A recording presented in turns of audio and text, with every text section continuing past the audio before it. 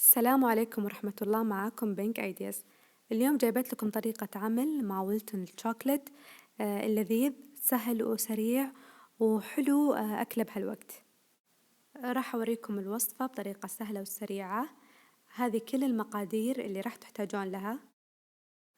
أول شي راح تحتاجون ملعقة دقيق أبيض وممكن إنكم تستغنون عنه.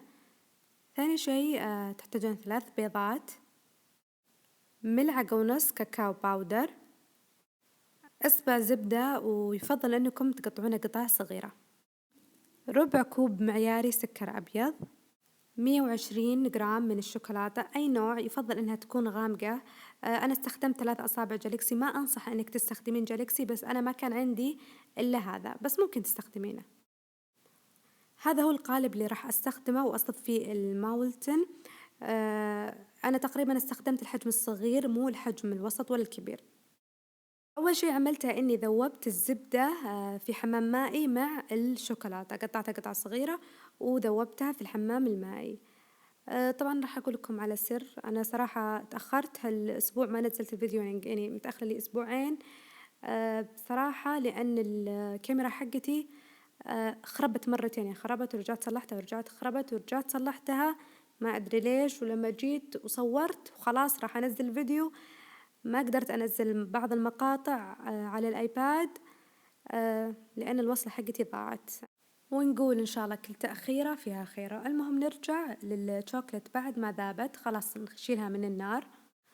نحط البيض في خفاقة يدوية أو ممكن زي ما أنا عاملة في العجانة، أو نخلط معاها السكر لحد ما تتجانس تماماً. بعد كذا نبدأ نضيف الشوكولاتة اللي ذوبناها بشكل تدريجي لأنها راح تكون حارة، احنا ما نبغى البيض يكون يستوي. بعد كذا أضيف الدقيق،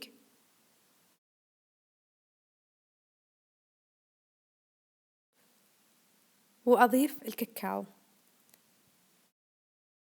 وإذا لاحظت أي دقيق أو كاكاو عالق أحاول يعني أشيلهم وخليها تختلط مع العجين. نرش على القوالب الزبدة أو ممكن نحط زيت عادي ما في مشكلة. بعدين نحط الدقيق أو ممكن برضو نحط كاكاو اللي يعني تبغينه.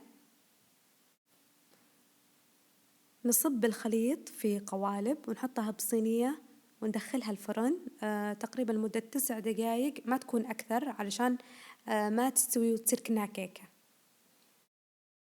طبعا أنا لأني عدت تصوير هذا الفيديو كذا مرة، ممكن تقريبا أكلت 12 حبة بدون مبالغة. الطعم لذيذ لذيذ جدا، أنصحكم تجربونه. أتمنى يكون الفيديو عجبكم إن شاء الله. لا تنسون تعملون لايك وشير وسبسكرايب وتحطوني بالمفضلة وتكتبوا لي تعليق إيش حابين أسوي بعد. شكرا لكم.